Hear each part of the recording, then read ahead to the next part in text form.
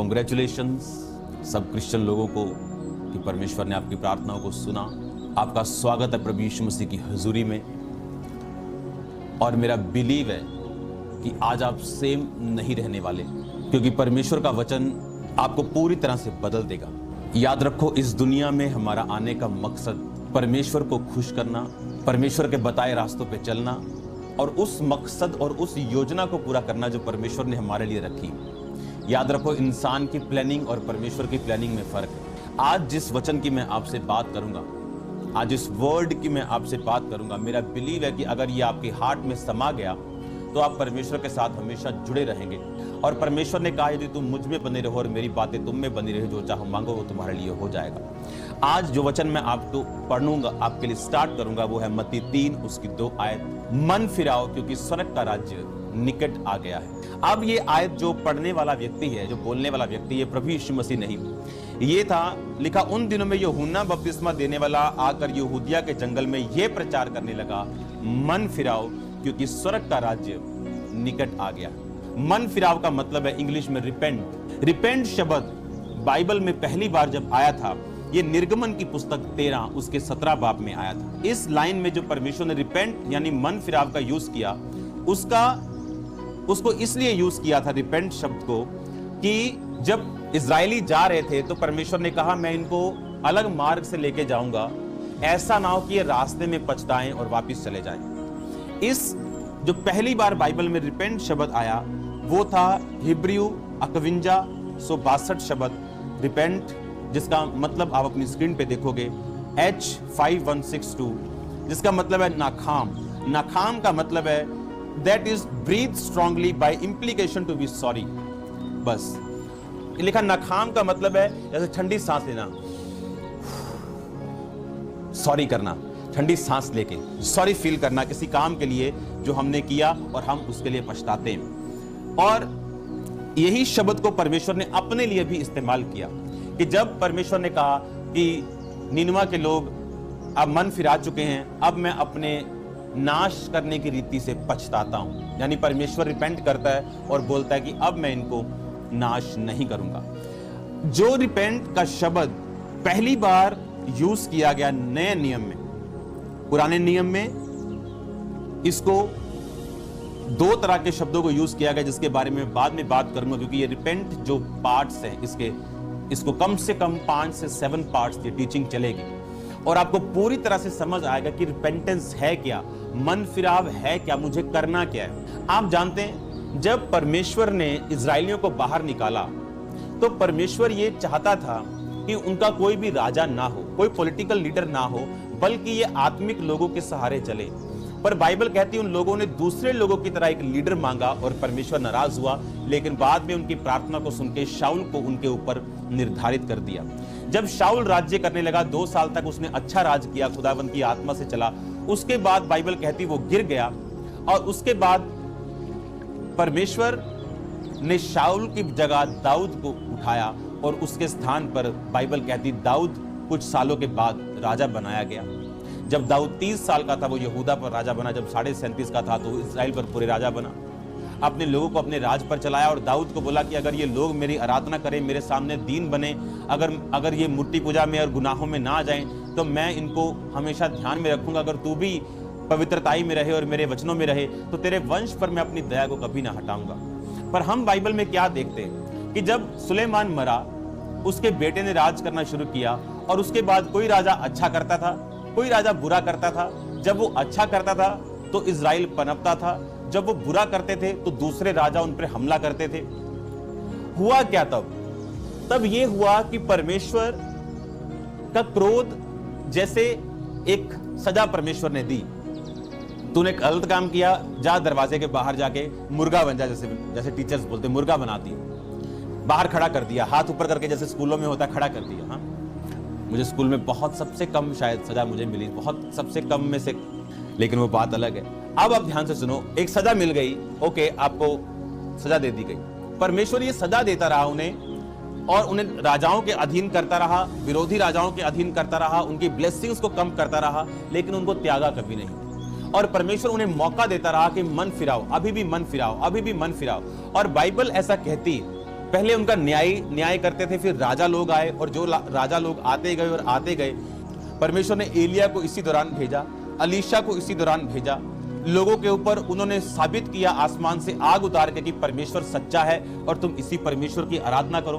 बहुत से मिरेकल्स हुए, नमान कोड़ी के जैसे, सारपत की विधवाओं के जैसे, बेटे को मिलना, फिर उसके मुर्दा बेटे को जिंदा करना। So many miracles in the Bible, old testament, so many. इतने मिरेकल्स थे कि ये काफी थे लोगों को विश्वास करने के लिए कि परमेश्वर जीवित है और हमें मन फिरा के अब परमेश्वर के पीछे चलना चाहिए।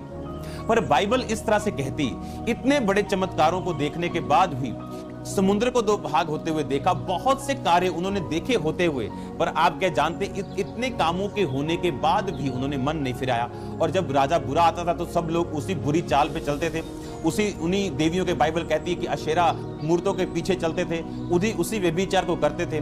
और परमेश्वर ये एक्सपेक्ट करता था कि मैं कब तक इनको सजा दूंगा, इनको अब मन फिरा लेना चाहिए।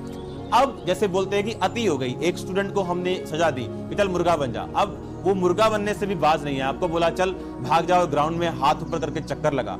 अब हाथ ऊपर करके चक्कर लगा लिया, उसके पेरेंट्स को बुला लिया, उसको समझा लिया, उसको बड़ी सजा दे दी, 1 महीने के लिए सस्पेंड कर दिया। अगर वो फिर भी नहीं सुधरा तो क्या किया, उसको स्कूल से रेस्टिकेट कर दिया। मैं उस चीज की बात कर रहा हूं, ये लास्ट राजा है बाइबल का। इसके बाद बहुत से राजा हुए होंगे, लेकिन ये दूसरा राजा का अंत है। जब सिदकिय्याह राजा हुआ, बाइबल कहती इसने मन नहीं फिराया और इसने बेबीलोन के राजा से बलवा किया। जब बेबीलोन के राजा से बलवा किया तो सिदकिय्याह के पास यहोवा के कुछ नबी रहते थे और बाइबल ऐसा बयान करती है कि वो यहोवा के नबी करप्ट थे, पर्सनल गेन के लिए खड़े हुए थे कि सब ठीक हो जाएगा, मिरेकल्स हो जाएंगे, तुम बरकत पा जाओगे, तुम आशीष पा जाओगे, सब कुछ खुलने वाला है, सब रास्ते खुल जाएंगे, इस तरह से। पर राजा को रिपेंटेंस का मैसेज उन्होंने कभी नहीं दिया। तो राजा जब बेबीलोन के राजा से लड़ने के लिए गया और बलवा करने के लिए गया, तो राजाओं को यह मालूम होता था कि जब किसी दूसरे राजा से लड़ना है तो वो यहोवा के नबियों से पूछते थे। और बाइबल कहती यिर्मयाह नबी से वो कभी नहीं पूछता था।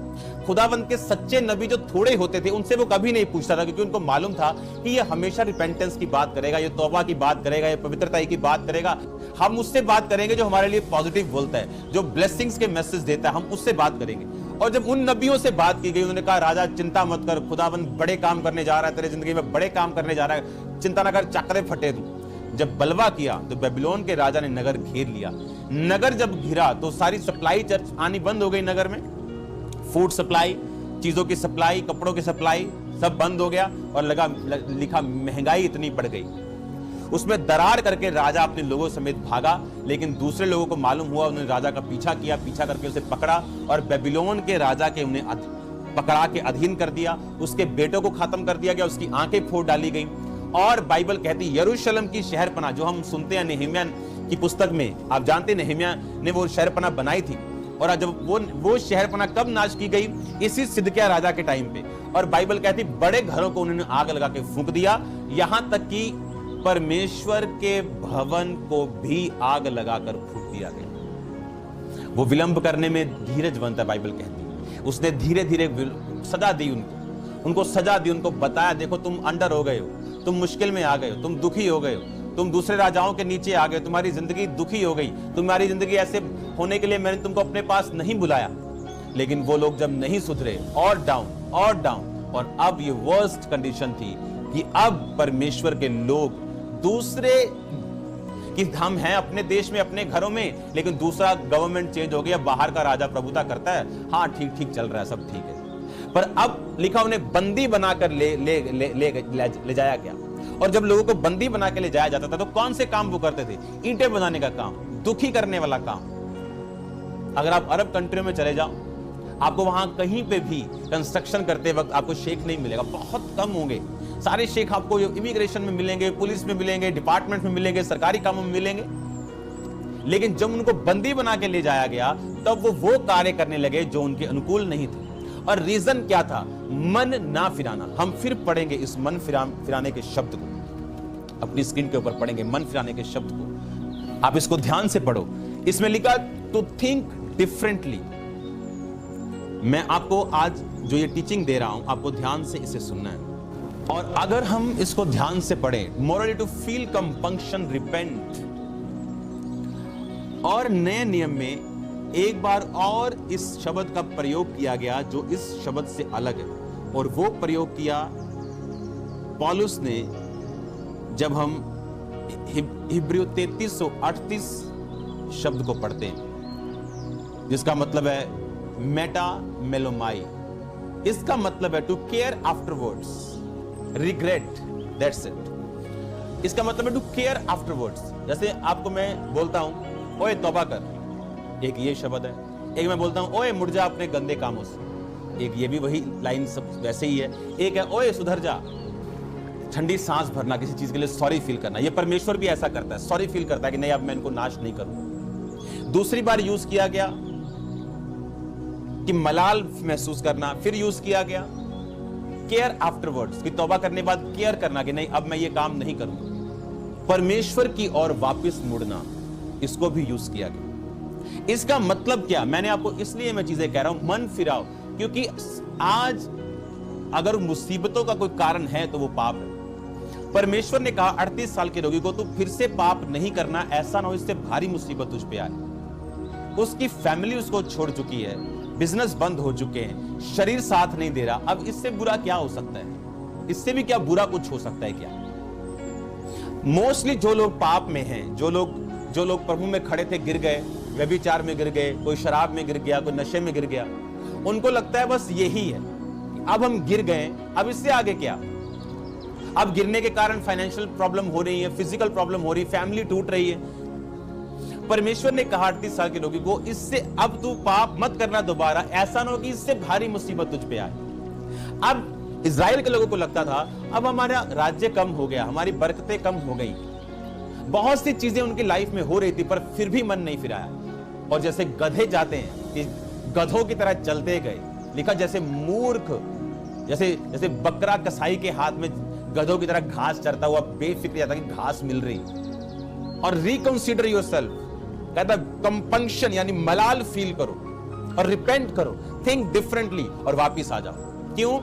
जब इन लोगों ने सजा ली, एक सजा के बाद दूसरी के बाद तीसरी के बाद चौथी, फिर भी ये सुधरे नहीं, और बाइबल कहती परमेश्वर इतना नाराज हुआ कि उसने अपने भवन को फुकवा दी, उसकी शहरपनाह जिसकी बातें होती थी उसको गिरा दी, उसके फाटक जला दिए गए, बड़े घर जैसे फार्म हाउस, कोठियां बड़ी बड़ी किसी शहर की, सुंदर सुंदर घर, बड़ी कोठियां जला दी गई, लोगों को ले गए, सिर्फ गरीब लोगों को वहां रख दिया कि भाई तू दाग की बारी की रक्षा करेगा, तू ये फलों का बाग है इसकी रक्षा करेगा, तू ये खेत में मजदूरी करेगा और इसकी फसल हमें देगा।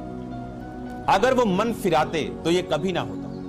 उनको लगता था अब इससे बुरा और क्या हो सकता है, अब इससे बुरा और क्या हो सकता है। अच्छा मैं पाप कर बैठा, मेरी फैमिली प्रॉब्लम है, फैमिली ट्रबल है, अब लेकिन इससे बुरा और क्या हो सकता है। लेकिन बाइबल कहती है उससे बुरा हुआ कि वो सब लोग सारी महिमा को मिट्टी में मिलता हुआ उन्होंने देखा। यरूशलेम की अपने पुरखाओं के इतिहास, खुदा का आशीष पाया हुआ, उसका बादल पाया हुआ, उसकी हुजूरी पाया हुआ भवन परमेश्वर ने खुद अलाउ किया कि वो खत्म कर दिया जाए। वहां के सब सोने और चांदी के बर्तन ले लिए गए, और यहां तक भी कि शहर पनाह, उसके बेड़े, उसके फाटक, उसके पल्ले, उसकी चार दीवारी, उसके बड़े घर, परमेश्वर का घर, सारा कुछ फूंक दिया गया, सब कुछ खत्म कर दिया गया। उस समय यीशु ने प्रचार करना और ये कहना आरंभ किया, मन फिराओ क्योंकि स्वर्ग का राज्य निकट आया। और यीशु मसीह ने भी क्या कहा, मन फिराओ। ये कोई मन फिराने का प्रचार जो पास्टर्स लोग और खुदाबंद के लोग जो करते हैं, ये इसलिए नहीं कि आपकी लाइफ को बोरिंग करने के लिए, इसलिए नहीं कि आप बोर हो जाओ, आप वो व्हाइट कपड़े डाल लो, पहाड़ों में चले जाओ, कोई दीन दुनिया की कोई फिक्र नहीं। नो, इसलिए कि जो नाश शैतान ने आपके लिए सोचा है, आपकी फैमिली का, आपके फाइनेंस का, परमेश्वर उसको आपको बचाना चाहता है। हाँ, जेड़े कट विश्वासी ने वो वेख के मुश्किल डरते हैं, यानी कम विश्वासी हैं वो मुश्किलें देख के डरते हैं कि मेरा विरोध ना हो। अगर मैंने मन फिरा लिया मेरा पॉलिटिकल कैरियर ना बंद हो जाए, अगर मैंने मन फिरा लिया मेरे को फाइनेंशियल नुकसान ना हो जाए। और आगे कहा वेख के पीड़ा रास्ता वो खुले दे विच बढ़ते हैं, कि वो तंग रास्ते पे नहीं खुले रास्ते पे जाना चाहते हैं। और आगे कहा जेड़े खुले दे विच बढ़ते ने वो हो जाते ने नाश, कि जो खुले रास्तों पे चलते हैं वो नाश होते हैं। हम खुले रास्तों पे चलने के लिए नहीं बुलाए गए, बाइबल कहती है हम तंग रास्तों पे चलने के लिए बुलाए गए। फिर से पढ़ेंगे उस वचन को, उस समय से यीशु ने यह कहना आरंभ किया। और यूहन्ना ने क्या कहा जब उसने प्रीच करना शुरू किया कि मन फिराओ क्योंकि स्वर्ग का राज्य निकट आ गया है।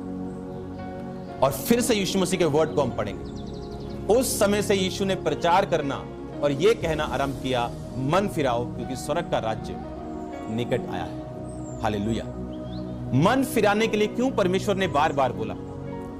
क्योंकि परमेश्वर नहीं चाहता कि डिस्ट्रक्शन हो, और ऐसी डिस्ट्रक्शन हो जिसको काबू करना मुश्किल हो जाए, जिसको कवर करना मुश्किल हो जाए। इसीलिए जब एक विश्वासी बिगड़ता है, परमेश्वर से सजा देता है। वो सजा थोड़ी होती है, परमेश्वर चाहता है कि इस सजा को देखे और वापस मुड़ाए। लेकिन जब आप नहीं सुधरते तो एंड परमेश्वर के पास और कोई तरीका नहीं होता। इसलिए प्रभु यीशु मसीह ने बोला, जो कोई मुझ पर विश्वास करेगा वो अनंत जीवन पाएगा, जो कोई मुझ पर विश्वास नहीं करेगा वो अपराधी ठहराया जाएगा और अनंत विनाश को वो भोगेगा। वो यहां भी शुरू होगा विनाश और वहां भी। जब एक विश्वासी उद्धार पाता है और मन फिराता है, वो सिर्फ स्वर्ग का जीवन नहीं पाता, वो अनंत जीवन तो पाता ही है जो सबसे उत्तम है। इस धरती पर भी उसका स्वर्गीय जीवन शुरू हो जाता है। उसकी बरकतें, उसकी आत्मिक, उसकी शारीरिक, उसकी मानसिक बरकतें उसी वक्त से स्टार्ट हो जाती जब वो परमेश्वर को मानता है। उन्होंने कहा कि मन फिराओ क्योंकि परमेश्वर का राज्य निकट आया। पौलुस ने मन फिराने के बारे में कहा, पतरस ने भी यही प्रीच किया कि मन फिराओ और लौट आओ, यानी रिकंसिडर योरसेल्फ, गो बैक, वहीं जाओ जहां से तुम बिलोंग करते थे, यानी परमेश्वर के पास। इसलिए परमेश्वर ने तौबा के लिए सिर्फ एक वर्ड का यूज नहीं किया। एक तौबा को यूज किया गया कंपंक्शन, मलाल फील करना। एक तौबा को यूज किया टू केयर आफ्टरवर्ड्स, कि तौबा करने का मतलब यह है कि मलाल फील करो, पाप की गलती को मानो, उसको मलाल करके उसको छोड़ो, और देन केयर आफ्टरवर्ड्स। मेटा नियो, जिसका मतलब है रिकंसिडर, यानी अपने सोचो ध्यान से तुम क्या कर रहे हो और वापस चले जाओ। And compunction, morally to feel compunction, यानी मलाल फील करो, यानी तौबा करो। और दो बार ये शब्द यूज, दो अलग अलग शब्द यूज किए गए नए नियम में रिपेंट के लिए। दूसरा शब्द हम पढ़ेंगे जी वाला, इसमें है मेटा मेलोमाई, जिसका मतलब है to care afterwards, that's it. यानी पहले मलाल महसूस करो, गिल्टी फील करो, तौबा करो, देन तौबा करने के बाद केयर आफ्टरवर्ड्स, यानी उसके बाद केयर करनी। अब मलाल करके क्या करना? गाड़ी ठीक कराना, और उसके बाद केयर आफ्टरवर्ड्स, गाड़ी फिर तेज नहीं चला। उसी तरह इसलिए बोला गया, मैंने आपको सिदकिय्याह राजा इसलिए पढ़ाया, जब आप तौबा में नहीं होते, मोस्टली आप फेक लोगों की संगति में चले जाते हैं। फेक प्रॉफिट्स, फेक लोग, फेक विश्वासी, गलत संगति में आप चले, ये तौबा ना होने की निशानी है। जब आप तौबा में नहीं होते, सडनली आपकी संगति ऐसे लोगों के साथ होती जिनको आत्मिक चीजों की परवाह नहीं, उनको तौबा से कोई मतलब नहीं, अपने लोगों की तौबा से कोई मतलब नहीं, अपने कैरेक्टर से कोई मतलब नहीं, उन्हें कोई मतलब नहीं वो परमेश्वर के साथ जुड़े रहते या नहीं, उन्हें सिर्फ मतलब है तो ब्लेसिंग्स के साथ, जो सिदकिय्याह राजा के साथ हो। जब आप तौबा में नहीं होते तो बाइबल कहती परमेश्वर ऐसी आत्मा को भेजता है कि जो अपने झूठे नबियों से झूठ बुलवा के लोगों को झूठा तसल्ली और झूठा सहारा देती और उनको विनाश की ओर लेके जाती। इसीलिए परमेश्वर ने कहा था, मैं तुझे कभी नहीं छोड़ूंगा, कभी नहीं त्यागूंगा और तुझे धोखा कभी नहीं दूंगा। इसका मतलब परमेश्वर धोखा देता है। आप जानते हैं परमेश्वर कत्ल भी करता है, वो धोखा भी देता है। क्यों? अगर आप, परमेश्वर ने कहा तूने कत्ल किया तो मैं वही तेरे साथ करूंगा। अगर दाऊद ने कत्ल किया तो परमेश्वर ने कहा तलवार मैं तेरे घर पे चलाऊंगा। अगर दाऊद ने पाप किया तो परमेश्वर ने सजा दी। सोचो एक बात ध्यान से, इसीलिए वो सिदकिय्याह बेबीलोन के राजा के खिलाफ लड़ने लगा। उसे लगा यहोवा के नबियों ने तो बड़ा अच्छा बोला है, क्योंकि वो राजाओं से पैसा चाहते थे कि 2-4 प्रोफेसी मारेंगे, राजा जी गिफ्ट लेके आएंगे। ओके, लेकिन जो असली नबी थे वो उनको डायरेक्ट बात बताते थे, क्या चक्कर है तुम्हारा, ये रॉन्ग है, ये रॉन्ग है, तुम्हें ऐसा नहीं करना, परमेश्वर के साथ जुड़ के रहना है ताकि तुम्हें बरकत मिले, तुम्हें इस मूर्ति पूजा में नहीं जाना, तुम्हें इस पाप में नहीं जाना, तुम्हें यहोवा के बातों को, उसकी व्यवस्था को मानना है। ये बातों का प्रचार वो नहीं करते थे। खुद भी वो औरतों के साथ सोना, खुद भी व्यभिचार करना, ये उनकी लाइफ का हिस्सा था और वो नहीं चाहते थे ऐसा कोई भी काम करना जिससे राजा को डिस्कंफर्ट फील हो। पर जो यहोवा के सच्चे नबी थे वो सच्चा मैसेज देते थे। आज एक बंदा अगर बिगड़ गया, वो ये मत सोचे कि उसकी लाइफ में जो खराब हो गया बस यही है और वो बिगड़ा रहे, क्योंकि उसके बाद हालत बुरी होने वाली।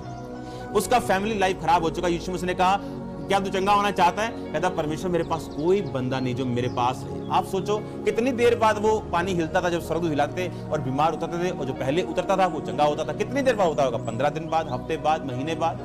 आप सोचो एक इंसान के 200 रिश्तेदार होते हैं। मैं कहता चलो एक इंसान के 200 नहीं है, वो बहुत माड़ा बंदा है, उसके 100 होते हैं। मैं सोचता चलो माड़े से ही माड़ा है, उसके 50 होते हैं। मैं कहता हूं वो कख नहीं है, कुछ नहीं है, 30 तो होंगे ना उसके। सोचो अगर एक बंदा भी जिम्मेवारी ले कि भाई मैं तेरे पास एक दिन पूरा आऊंगा, या 2 रिश्तेदार आएंगे, 15 दिन में एक दिन हम तुझे दे देंगे। अगर 60 रिश्तेदार हो भाई, 15 दिन 30 दिन में 2 रिश्तेदार आएंगे, सिर्फ 1 महीने में एक दिन तुझको दे देंगे हम। और जब पानी उतरे तो उसको उठा के चंगा कर दिया। उसके पास एक जन नहीं था, बाइबल कहती, जो उसके पास रुक सके। बताओ इससे बुरी हालत और क्या हो सकती है? मेरे को तो पता नहीं क्या हो सकती, लेकिन यीशु मसीह ने कहा, कहता इससे भी बुरी हालत में तू फंस जाएगा अगर फिर से पाप करेगा। आज जो लोग नशा बेच रहे हैं, जो लोग व्यभिचार करके बैठे सोचते हैं अब और क्या, अब तो खत्म हो गया, अब और क्या। अरे ये तो शुरू है, ये तो अभी मुर्गा बनाया है, ये तो अभी हाथ खड़े किए, अभी तो रेस्ट्रिकेट नहीं किया। मलाल करो, देन केयर आफ्टरवर्ड्स, फिर उस पाप में मत जाओ। क्यों? इसका मतलब ये नहीं कि वो आपको दुखी करना चाहता है, इसका मतलब ये नहीं वो आपको बोर करना चाहता है, इसका मतलब ये नहीं कि वो आपसे कुछ चाहता है। इसका मतलब ये कि जो डिस्ट्रक्शन, जो विनाश शैतान सोच के बैठा आपके बच्चों का, आपके फाइनेंस का, आपके शरीर का, वो ना कर पाए। ऐसे लोगों की मैं स्टोरी सुनता हूं, सुन के इतना दुख होता है। पास्टर्स, सेवा चल रही, काम हो रहा है, कुछ ऐसा हो गया, माफ ही नहीं कर पाए लोगों, कड़वापन दिल में, लड़ाई झगड़ा शरेआम, अटैक हो रहे किसी को, कोई पैरालाइज का अटैक हो गया, खत्म हो गया। परमेश्वर कहता मन फिराओ। अगर अभी भी कड़वी चीज हम लोगों के लिए अपने दिल में रखेंगे, चाहे वो किसी भी तरह के क्यों ना हो, पर उनके बारे में बात मत करो, उनके बारे में बुरा मत बोलो। आपको जो अच्छा लगता है आप वो करो। और इन चीजों से आत्मा की भरपूरी की कमी होती है। इन चीजों से अब हम शैतान को अलाउ करते हैं कि वो हमारी लाइफ में काम करे। इन 7 हफ्तों में जब हम इस रिपेंटेंस का शब्द सुनेंगे और हम सुनेंगे इस वर्ड को, रिपेंटेंस, रिपेंट क्या है, मन फिराव क्या है क्या, करना कैसे, कि परमेश्वर ने अपने लोगों पर जो बोलते धीरज रखा, उनको सजा दी, उनको नीचे किया, डाउन किया, पर वो आगे बढ़ते चले गए और नहीं सुधरे। अपने मिरेकल्स के, क्या आज आप मिरेकल्स नहीं देखते? क्या हम परमेश्वर के कामों को नहीं देख रहे? तो क्या ये काफी नहीं कि हम मन फिराएं? और तब भी अपने मन को कठोर कर लेना। और बाइबल कहती है ढीठ मत बनो, नहीं तो हटा दिए जाओगे। ढीठ मत बनो, नहीं तो हटा दिए जाओगे। रिपेंटेंस, रिकंसीडर, सोचना फिर से अपनी लाइफ के बारे में। Compunction, morally to feel compunction मतलब मॉरली, नैतिक तौर के ऊपर मलाल फील करना, रिपेंट करना, तौबा करके उसके बाद केयर आफ्टरवर्ड्स, उसके बाद केयर करना। बाइबल कहती जो तंग रास्ते पे चलेंगे वो परमेश्वर के, और बहुत कम है जो उसे पाते हैं। और बाइबल कहती परमेश्वर के मार्गों में है वो तंग, पर उत्तम पदार्थ पाए जाते हैं। ये उत्तम पदार्थ खुले रास्तों में नहीं मिले। ये डरपोक लोग जो यीशु मसीह को ओपनली कबूल नहीं कर पाते, ये वचन उन लोगों के लिए नहीं। तंग रास्ते पे चलना, जो लोग इसलिए चोरी चोरी मान रहे हैं और आज भी चोरी चोरी देख रहे हैं कि मेरी पत्नी ना मुझे देख ले, मेरा भाई ना मुझे देख ले। वैसे मैं बाइबल पढ़ता हूं, मैंने को बताया था कि जो रियल स्पिरिचुअल फादर्स हैं, जो अनॉइंटेड रियल हैं, वो जल्दी सन्स नहीं बनाना चाहते, क्योंकि उनको भी लोगों से शर्म आती है, लोगों को अपना कहने से। जैसे लोगों को शर्म आती है कई बार, तो उनको ज्यादा शर्म आती है लोगों को अपना कहने से। वो भी नहीं एक्सेप्ट करना चाहते कि पब्लिकली। क्यों? क्योंकि उनमें भी वही परमेश्वर का आत्मा है जो ये बोलता है कि अगर तू मेरा इनकार करेगा, मैं भी तेरा इनकार करूंगा। और क्यों परमेश्वर ऐसा करने के लिए कहता है? क्योंकि वो चाहता है कि हमारे जीवन में वो बरकतें हो, वो छुटकारा हो जो परमेश्वर इजराइलियों का चाहता था। वो चाहता था कि इजराइल छुटकारे में रहे, आसपास के सब राजाओं को जीतकर उस गढ़ में रहे जो परमेश्वर ने देखा। कोई अकाल नहीं, कोई महामारी नहीं, कोई महारोग वहां नहीं था, लेकिन उन लोगों ने, बाइबल कहती, पाप के रास्ते को चुना। परमेश्वर ने सजा दी, पनिश किया, सुधर गए, फिर पनिश किया, फिर थोड़ा सुधरे, फिर लंबा बिगड़ गए। और परमेश्वर ने धीरे धीरे धीरे अपने मन को फिर तैयार किया कि अब मैं जब तुम्हें सजा दूंगा, मैं तुम्हें रिजेक्ट कर दूंगा। और आप जानते हैं, जब ये सजा उन पे आई, कंसिडर करो, जानते कौन कौन मूर्ख है जो परमेश्वर के अनदेखे हाथ को और स्पिरिचुअली घटनाएं जो उनके आसपास हो रही हैं ना समझे। कोई लाइफ में आपका घटना हुई, आप स्पिरिचुअली उसको समझते हो कैसे कि मैं परमेश्वर के साथ क्या तौबा में हूं, अगर मैं तौबा में हूं, अगर मैं राइट रास्ते पे हूं, तो आप जांचते हो कि ये प्रॉब्लम किधर से आई, या शैतान गेम खेलने की कोशिश कर रहा है। लेकिन कुछ लोग जब डिस्कनेक्ट हो जाते हैं अपनी ग्रेस से और उनकी लाइफ से बरकतें जाने लगती, अब अगर वो अब भी नहीं सुधरे तो आगे टाइम और बुरा है। लेकिन जब वो अनदेखे हाथ को परमेश्वर को, चाहे वो सजा का हो चाहे आशीष का हो, देख लेते और परख लेते हैं कि ये आशीष तब थी जब मैं ग्रेस में था, क्यों ना मैं फिर से ग्रेस में जाऊं। और जब वो फैसला करते हैं फिर से ग्रेस में जाने का, वो ब्लेसिंग्स फिर से परमेश्वर देता है और उनको तब समझ आती कि हाँ ये परमेश्वर कर रहा था। लेकिन अगर वो मन मोटा कर लें, उनको छोटी मोटी दिक्कतें लगती है, ये तो सबके साथ है, वो क्रिश्चियन है उसके साथ भी तो है। अरे उस क्रिश्चियन की हो सकता है उसको बरकत देने के लिए, उस क्रिश्चियन की वो प्रॉब्लम हो सकता है उसको अगले लेवल पे लेके जाने के लिए, लेकिन तुम्हारी हो सकता है तुम्हें डाउन लेके जाने के लिए। उसको जांचने के लिए मैं इस तरह से देखूंगा कि क्या मैं तौबा में हूं, अगर मैं नहीं हूं तो मेरी प्रॉब्लम कतई मुझे ब्लेस करने के लिए नहीं। रब जो करता ना चंगा ही करता है, ये मैंने लोगों की फेसबुक पे लिखा है, ये बड़ी डम्ब बात है, ऐसा नहीं है। वो उनके साथ अच्छा करता है जो उसके प्लान के अंदर फिट है, उनके लिए सब बातें मिलकर भलाई को पैदा करती हैं। जो यहोवा की इच्छा उसके प्लान के अंदर परमेश्वर की मर्जी के अनुसार फिट है, उनके लिए, उन लोगों के लिए नहीं जो हर जगह जाते फिरते हैं। तो मुझे क्या करना है, कोड़िए मूर्ख की तरह, भोंदू की तरह, गधे की तरह के जाते जाना है सीढ़ियां नीचे, या कभी फैसला करना है रिकंसीडर एंड कंपंक्शन मलाल करके केयर आफ्टरवर्ड ऊपर जाना शुरू करना और प्रभु से फिर से मेल मिलाप करना। और याद रखो, अगर आप तौबा में नहीं तो आपकी संगति ऑटोमेटिकली फेक लोगों के साथ हो जाएगी। आज सुधरना है और रिपेंट करना है। ये सब बरकतें, ये मिरेकल्स हों, ये आशीष हों, ये वीजे हों, ये दुनिया की तमाम आशीषें हों, ये आप लोगों के लिए बनाई गई। परमेश्वर ने सब कुछ बनाने के बाद आदम बनाया, सब चीजों को के बाद आदम बना, आपके लिए सारी आशीषें बनने के बाद आपको बनाया गया। प्रॉब्लम ये, क्या हम तौबा में हैं कि नहीं, क्या हमने तौबा की है कि नहीं, अपने पापों से मन फिराया कि नहीं, और उसके बाद केयर किए है। बाइबल कहती है कि तौबा करके बिगड़ने वाला मनुष्य उस नमक के समान है जिसमें मिलावट हो गई हो और वो साफ नहीं हो सकता। लेकिन अगर आप तौबा कर लें और ना बिगड़े तो फिर आप लोगों के लिए बरकत बनेगी, घर के लिए बरकत बनेगी, अपने लिए बरकत बनेगी, और हर वो ब्लेसिंग, हर वो मिरेकल, हर वो ब्रेक थ्रू जो परमेश्वर ने आपके लिए सोचा हुआ आपकी लाइफ में, वो एंटर करेगा with God's time, not your time. Remember, your time and God's time, they both are different. आप कहते हो नहीं ये काम मेरा 3 साल में हो जाना चाहिए, परमेश्वर कहता नहीं ये 2 महीने में होगा। God's time is the best time. कभी किसी को देख के पाप में वो आशीष ले रहा है मत घुसो, क्योंकि किसी की तनख्वाह महीने में आती है तो कोई कंपनी साल बाद देती है। पाप की मजदूरी मौत है, आनी जरूर है, किसी को अभी तो किसी को बाद।